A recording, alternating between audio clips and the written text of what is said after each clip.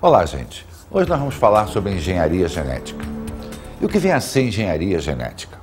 A engenharia genética é uma técnica de manipulação do DNA, onde nós somos capazes de alterar a sequência genética, retirando fragmentos, incluindo fragmentos, ou seja, modificando a sequência natural do DNA.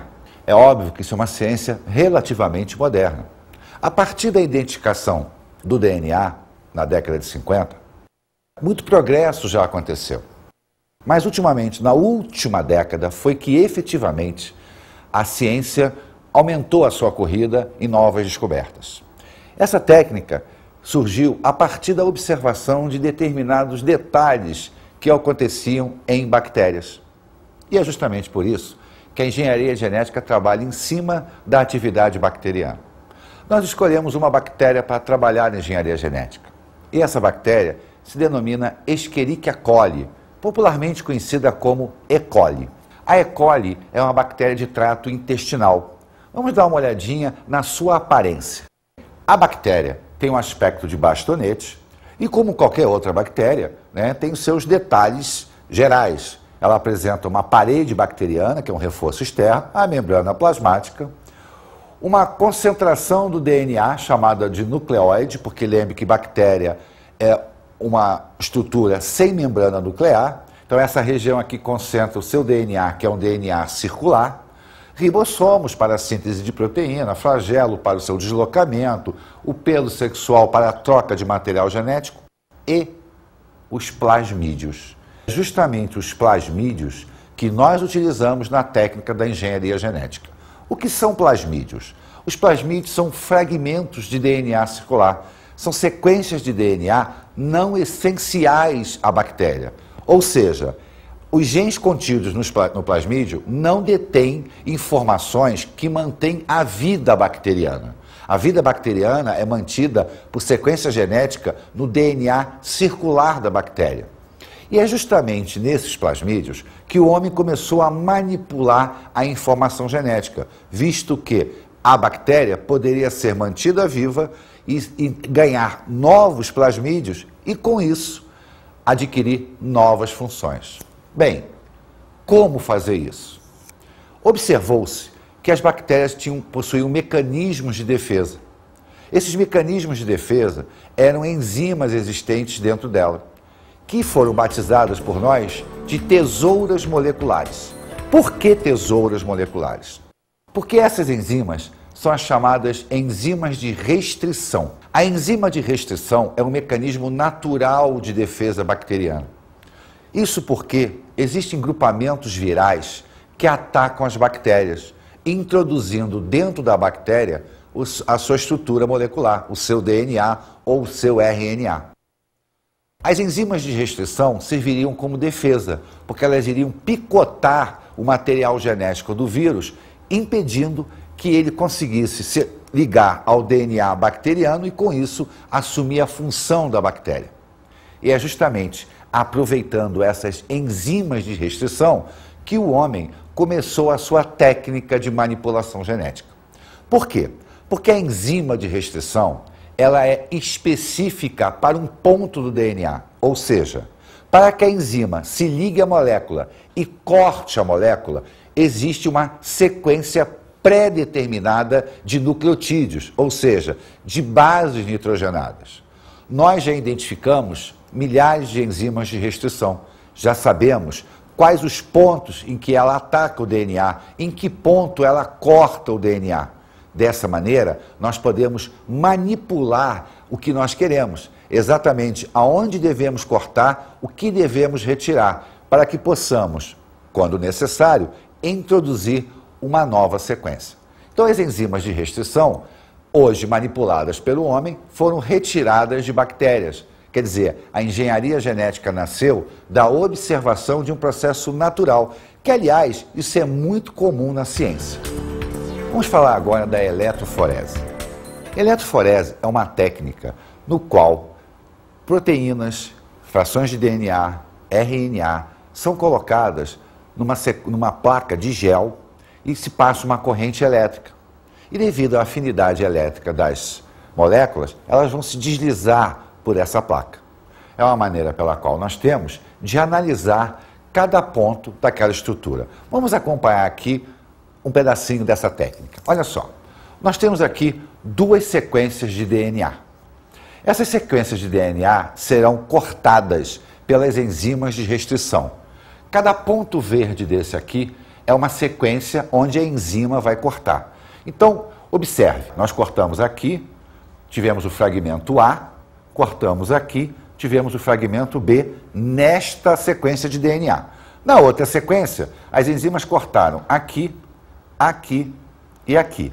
Se nós observarmos essas duas sequências, nós vamos atentar para um grande detalhe. Descobriu-se que quando se usa as mesmas enzimas de restrição e automaticamente o ponto de corte é igual para todas elas, quando os DNAs são diferentes, isso acaba produzindo fragmentos diferentes. Isso por quê? Porque se esse ponto, essa enzima corta esse trecho aqui, esta sequência aqui é igual a essa, que é igual a essa, que é igual a essa. Só que veja bem, ó, aqui o trecho era igual pelos pontos de corte, mas a mesma sequência existente aqui existia logo aqui, então criou-se um fragmento menor. Daqui, eu só encontrei a mesma sequência nesse ponto, então criou-se um fragmento maior. Então, quando se usa DNAs diferentes, obtém-se frações diferentes. Agora, se a sequência de DNA for a mesma, as frações serão iguais. O que se faz? Pega-se esses fragmentos seccionados pelas enzimas de restrição e coloca-se na placa de eletroforese. Vamos olhar. A placa de eletroforese, na realidade, ela consiste numa gelatina, num gel, à base de H. H é uma gelatina retirada de algas, muito utilizada em processos microbiológicos. São feitas duas valinhas aqui e se introduz nessas valas a matéria que se quer estudar. No nosso exemplo, o DNA, uma sequência, o DNA com a outra sequência. E após se introduzir as frações de DNA aqui, liga-se uma corrente elétrica. Essa placa de gel é mergulhada numa solução capaz de conduzir a corrente elétrica. E aí, as moléculas colocadas aqui começam a percorrer esse gel. Isso por quê? Porque toda molécula, seja ela uma fração de DNA, de RNA, de proteína, possui carga elétrica. No nosso caso aqui, como exemplo é DNA, e ele tem carga elétrica negativa, ele vai correr em direção ao polo positivo. E aí sabe-se o seguinte, o tamanho da molécula introduzida aqui, ela será inversamente proporcional à sua velocidade. Isso significa dizer que, quanto menor for o fragmento colocado aqui, mais rápido ela vai percorrer a placa. Quanto maior, mais devagar. Então deixa-se algumas horas e as moléculas começam a se deslocar por esse gel. Em determinado momento, desliga-se a corrente elétrica e as frações então param ao longo da placa. Retira-se essa placa de gel e mergulha-se numa solução onde as moléculas de DNA se tornarão azuis à radiação ultravioleta. Fotografa-se isso e com isso a gente começa a ter bandas marcadas na fotografia. Cada banda dessa marcada aqui representa um fragmento. Hoje já se pode saber inclusive, quais são os nucleotídeos de cada fração dessa, quantas bases existem em cada fração dessa, em virtude do grande avanço da engenharia genética. A partir da análise das bandas, muita coisa começa a ser decifrada. Essa técnica revolucionou a identificação das pessoas. A partir daí, muitos casos começaram a ser solucionados, não só a nível da perícia criminal, como também exames de paternidade, como também toda a identificação antropológica e etc. Por quê? Porque a partir dessa técnica, começa-se a comparar o DNA, começa-se a analisar o DNA. Esse mapeamento genético produzido pela eletroforese nos permite a identificação de questões de paternidade, por exemplo. Até alguns anos atrás, a paternidade era feita, o exame de paternidade, melhor dizendo, era feito através da comparação de vários fatores. Exames de sangue, análise física. E hoje, a técnica de DNA basicamente revolucionou porque a faixa de acerto dela gira na casa de 99%. Isso por quê? As moléculas de DNA, elas são próprias da gente. Então, como é que é feita a análise? Eles pegam o sangue da criança, o sangue da mãe e o sangue do suposto pai. Retiram de células sanguíneas, principalmente leucócitos, o DNA. Purificam esse DNA, fracionam esse DNA e fazem ele correr na placa de gel, na eletroforese. Terminada essa análise, eles fotografam e aí comparam as bandas do DNA da criança com as bandas do DNA da mãe. Todas as bandas da criança que não coincidirem com a da mãe fazem parte das bandas do pai. Isso por quê? Porque nós somos formados a partir da introdução do DNA da nossa mãe e do nosso pai, através dos cromossomos do espermatozoide com os cromossomos do óvulo. Então, ao se excluir as bandas coincidentes entre o filho e a mãe, as bandas do filho que não sequenciam com as bandas da mãe pertencem ao pai. E com isso, consegue-se identificar com precisão a paternidade. Essa técnica revolucionou o processo de paternidade. Hoje, a margem de erro basicamente inexiste. A mesma coisa são os exames de perícia criminal.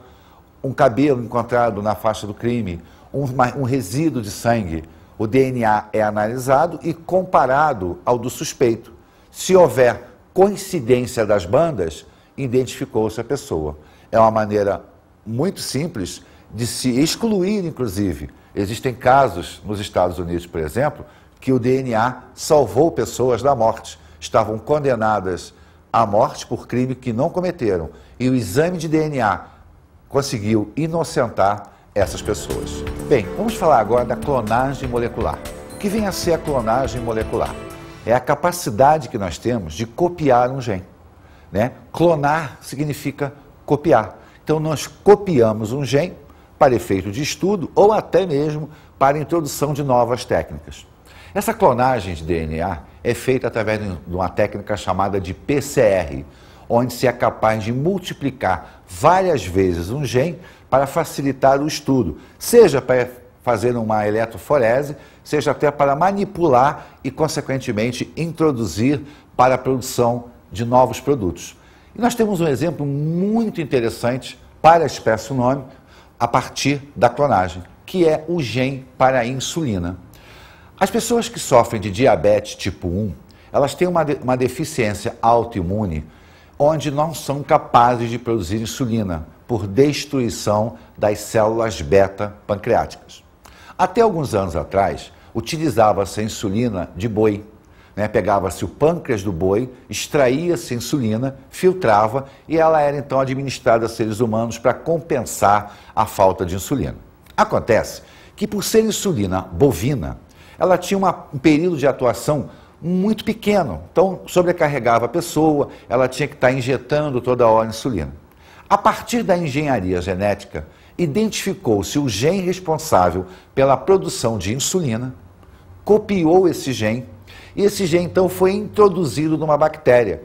E hoje a bactéria produz a insulina humana. E com isso melhorou a qualidade de vida dos diabéticos. Olha só, eles pegam o plasmídio, seccionam o plasmídio através das enzimas de restrição, sintetizam em laboratório o gene para insulina, duplicam N vezes esse gene, duplicam N vezes o plasmídio, conectam o gene humano à fração do plasmídio que foi cortada. Então nós temos aqui, ó, o plasmídio original, o gene sintetizado em laboratório e o ponto de união.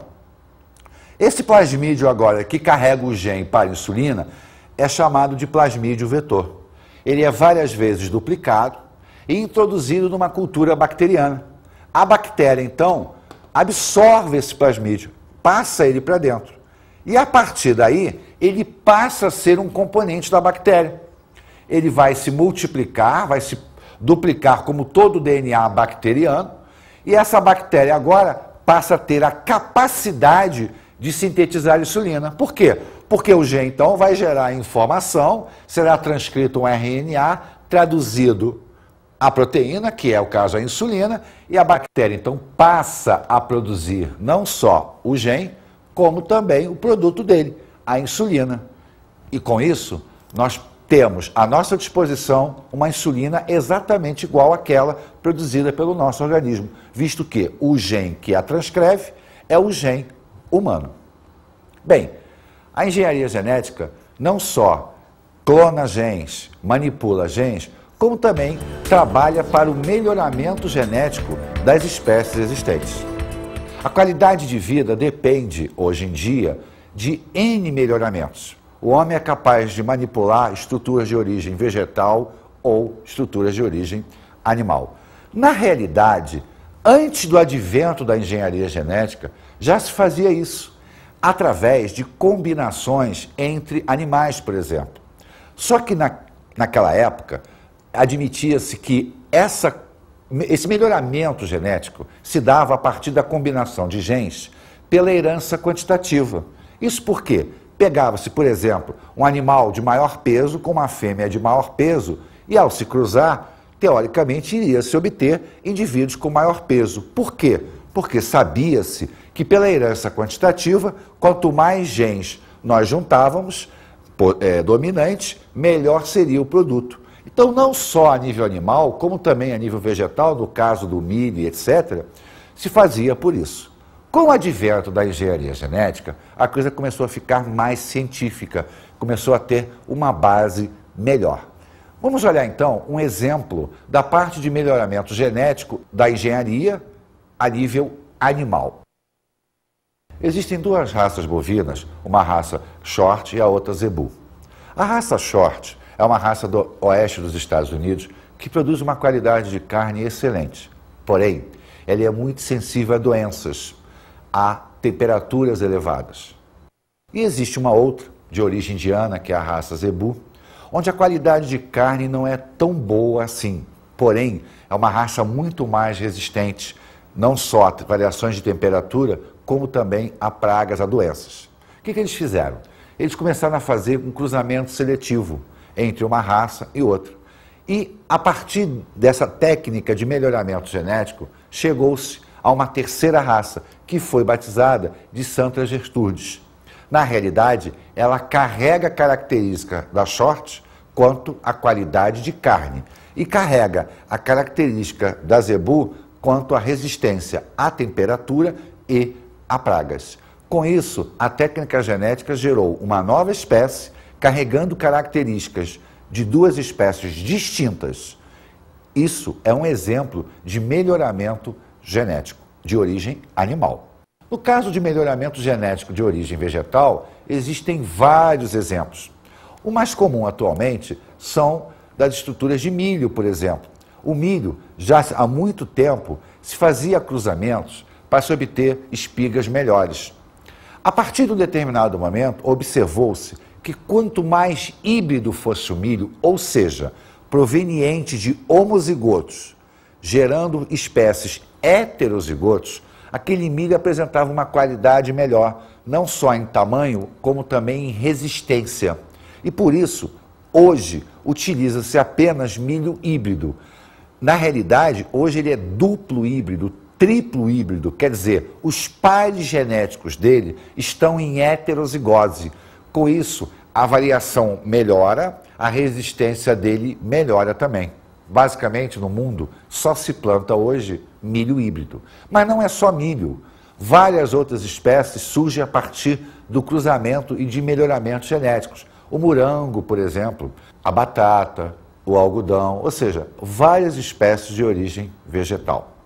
Vamos agora a um depoimento de pessoas que trabalham com estruturas transgênicas, ou seja, com espécies transgênicas. Vamos a ele. Para nós fazermos uma planta transgênica, a primeira coisa é nós precisamos isolar um gene ou ter um gene disponível para a gente colocar na planta que a gente deseja modificar. Por exemplo, se a gente quiser fazer uma planta resistente a um herbicida, a gente precisa ter um gene para obter essa resistência. Quando colocado ou transferido para a planta, a gente conseguir essa resistência. Esse, então, é o primeiro passo, é conseguir um gene que seja interessante para ser colocado dentro de uma planta. Tá? Depois de você obter esse gene, você tem que colocar esse gene dentro da célula vegetal. Como é que você faz isso? Primeira coisa, você trabalha com plantas in vitro. Tá? Essas plantas ela têm a capacidade de, a partir de uma célula, ela formar um novo indivíduo. Então, através de uma bactéria chamada Agrobacterium tumefaciens, nós colocamos o gene de interesse na bactéria e essa bactéria ela introduz dentro da célula da planta esse gene de interesse. Depois nós colocamos em frascos como esse, né, contendo meio de cultura e contendo um agente seletivo. E aquelas células que estão transformadas, elas vão crescer nesse meio com agente seletivo e nós vamos obter, então, plantas transgênicas. Bem, viram o que significa um transgênico? Né? Na realidade, aquela bactéria que estava fabricando a insulina para a gente, ela é um organismo transgênico. Então, o transgênico é aquela estrutura que ganhou um gene que não era dele. E a partir daí, ele passa a informar, passa a desenvolver aquela informação existente naquele gene. Bem, só que a engenharia genética, ela não serve só para criar comida, para criar novos animais. Ela também está ligada à nossa qualidade de vida. E aí nós passamos para o aconselhamento genético. E o que é o aconselhamento genético? É aquela parte da ciência que vai verificar se existe a probabilidade de ocorrer alguma alteração nos nossos descendentes. Isso por quê? Porque através do nosso dia a dia, nós sofremos alterações mutacionais nos nossos genes. Lembra que nós já vimos mutação? Pois é. Esses genes que sofrem alteração, que se tornam mutantes, normalmente de caráter recessivo, são denominados de genes deletérios. E o que acontece? Um gene deletério ou um gene recessivo, ele só vai se manifestar em homozigose. Ou seja, para que a pessoa sofra a ação dele, ele tem que estar duplo no seu padrão. Ora, se o nosso pai e a nossa mãe, pessoas normais, forem heterozigotas, significa que cada uma delas carrega um gene deletério e que, pela lei da probabilidade, poderiam se encontrar na geração do descendente. Então, na realidade, o aconselhamento genético, ele parte do estudo da árvore genealógica da família para tentar verificar se existe a probabilidade de aquele casal que está procurando o aconselhamento genético gerar um descendente com problema.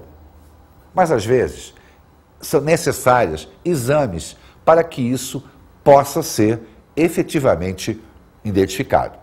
Nós já temos técnicas, através de exames sanguíneos, que são passíveis de identificar falhas de origem genética. Lembra de uma doença que nós comentamos a nível lisossômico, chamada doença de Tay-Shan? Pois é, essa doença já é, hoje em dia, identificada por exames sanguíneos. A própria anemia falciforme, né? A ciclemia, que é provocada pela entrada de um gene recessivo, também já é passível de determinação via sanguínea. Então, aquele casal consegue saber se existe a probabilidade de gerar um descendente com aquela doença. E com isso, ele passa a ter a escolha de ter ou não ter filhos podendo ou não correr o risco de gerar essa criança. Muitas das vezes, após esse aconselhamento genético, a mãe engravida e é necessário um exame antes do nascimento. Então já existem técnicas que vão analisar o genótipo da criança ainda em fase fetal para o diagnóstico de determinadas doenças. Então vamos ver os chamados diagnósticos pré-natais. Qual é a finalidade do exame pré-natal? É determinar doenças genéticas graves antes do nascimento. Isso por quê?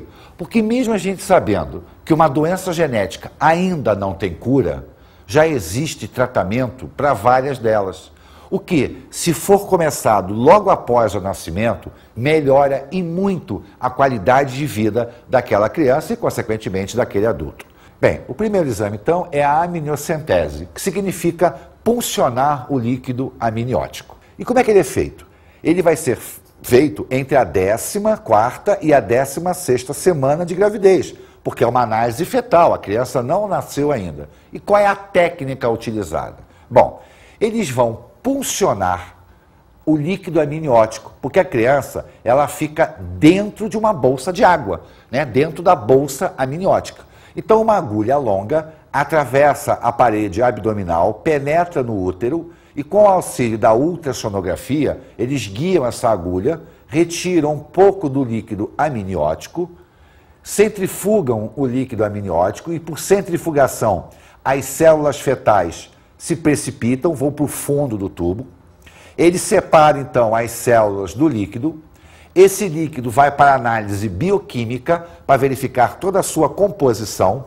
As células fetais vão ser cultivadas, então elas vão se multiplicar. E aí eles fotografam os seus cromossomos, fazendo então a análise do cariótipo daquela criança. A partir da análise bioquímica, vai se identificar se existe algum produto derivado de alguma falha. Na análise do cariótipo, se existe alguma falha cromossômica, se está faltando algum cromossomo, se tem algum cromossomo mais. Uma outra técnica, já um pouco mais perigosa, é a chamada amostra vilocoriônica. E ela vai ser executada entre a 8ª e a 10ª semana de vida intrauterina, ou seja, muito cedo. Então esse exame, comparado com o outro, é infinitamente mais problemático. Ele, inclusive, causa em torno de 1 a 2% dos exames feitos de aborto. Vamos olhar a técnica que você vai entender. Na realidade, eles vão colher um fragmento do córion, que é um revestimento do embrião. Eles introduzem uma cânula pela vagina, atravessam o colo uterino e retiram o fragmento. E é justamente a introdução dessa cânula pelo colo uterino que pode propiciar o aborto. Então ele é um exame que só deve ser feito efetivamente se o risco de existir uma determinada doença no feto for muito alta. Caso contrário, ele não é recomendado porque existe o risco da mulher abortar. Então eles vão recolher essa faixa e como essa região, o córion, pertence ao embrião, ele vai trazer células embrionárias. Vão centrifugar a análise bioquímica do sobrenadante, quer dizer, do líquido, e a análise do cariótipo através das suas células. Em ambos os exames, pode-se detectar várias coisas, sendo que é muito importante nós comentarmos o seguinte: em países onde o aborto é permitido, esses exames podem permitir à mulher interromper a gravidez se for diagnosticada uma doença muito grave. No Brasil, o aborto é ilegal, mesmo chamado aborto terapêutico. Por essa razão, esses exames são feitos, sim, mas para determinar um tratamento que possa ser executado com a criança logo após o seu nascimento, ou às vezes até uma falha de formação da criança, que já existem técnicas que permitem operar o feto ainda dentro da barriga da mamãe. E com isso, a criança já vai nascer com um problema corrigido. De qualquer maneira, são técnicas que nasceram após a engenharia genética, com o aperfeiçoamento dela, o que, sem sombra de dúvida, melhora e muito a qualidade de vida da espécie humana. Você lembra aquele comentário que a vovó fazia assim, que primo não pode casar com prima, etc. Se nós pararmos para analisar geneticamente a coisa, a vovó não estava tão errada assim. Isso por quê? Porque lembra dos genes deletérios, os genes recessivos? Ora, se existe um gene naquela família, e como o gene recessivo só se manifesta em homozigose, casamentos considerados consanguíneos, quer dizer, dentro da mesma família, tendem a aproximar o gene, o que aumenta a probabilidade de ocorrência de problemas na descendência. Se o casamento se dá em famílias distintas, a probabilidade do gene se afastar é maior e, com isso, reduz-se a probabilidade de aparecimento na descendência. Mas lembre-se, são probabilidades, não obrigatoriedades de ocorrência. A engenharia genética criou excelentes produtos para o nosso consumo, mas ela trouxe junto com ela um grande problema. Nós podemos perder a variabilidade genética. Isso por quê?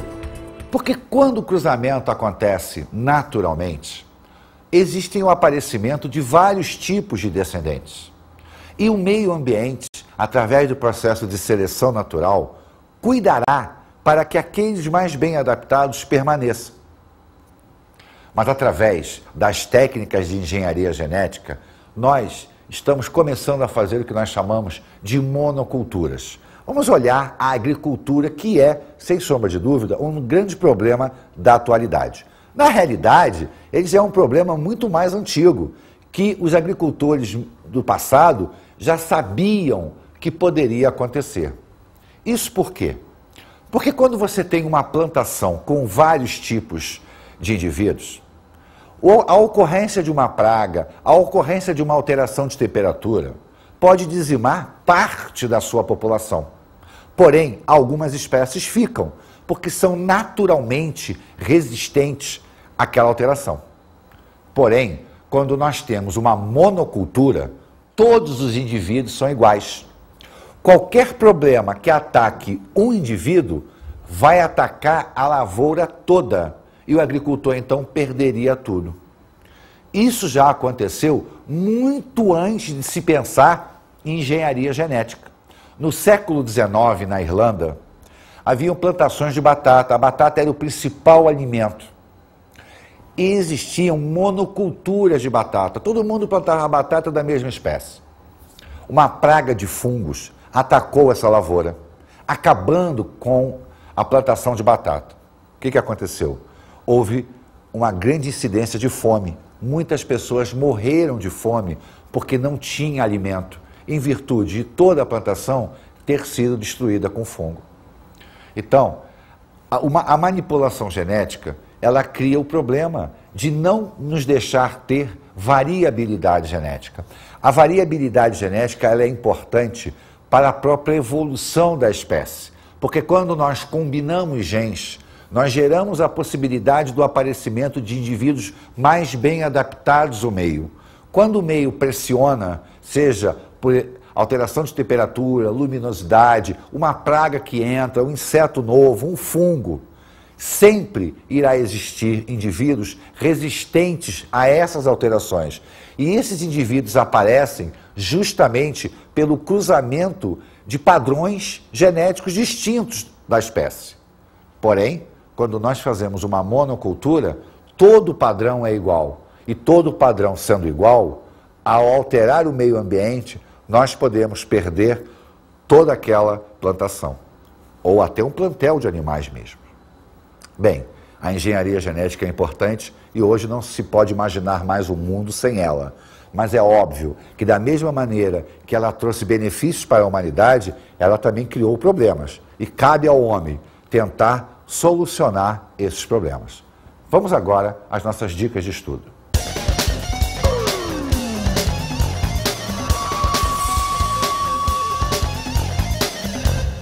Bem, o nosso assunto hoje foi engenharia genética. Qual é a dica que eu dou para vocês? Pesquisem muito. A engenharia genética é uma das partes extremamente dinâmicas Cada dia um assunto novo, cada dia uma técnica nova. Então, leiam bastante, procurem várias fontes de informação, porque sempre vai surgir um novo detalhe, uma nova técnica em qualquer lugar do mundo, principalmente nos grandes centros de pesquisas, Europa, Estados Unidos e até no Brasil. O Brasil tem uma grande área de produção de engenharia genética, que é a Embrapa, é um dos melhores centros brasileiros de estudo da engenharia genética. É um assunto muito interessante, que com certeza vale a pena você pesquisar. Bons estudos!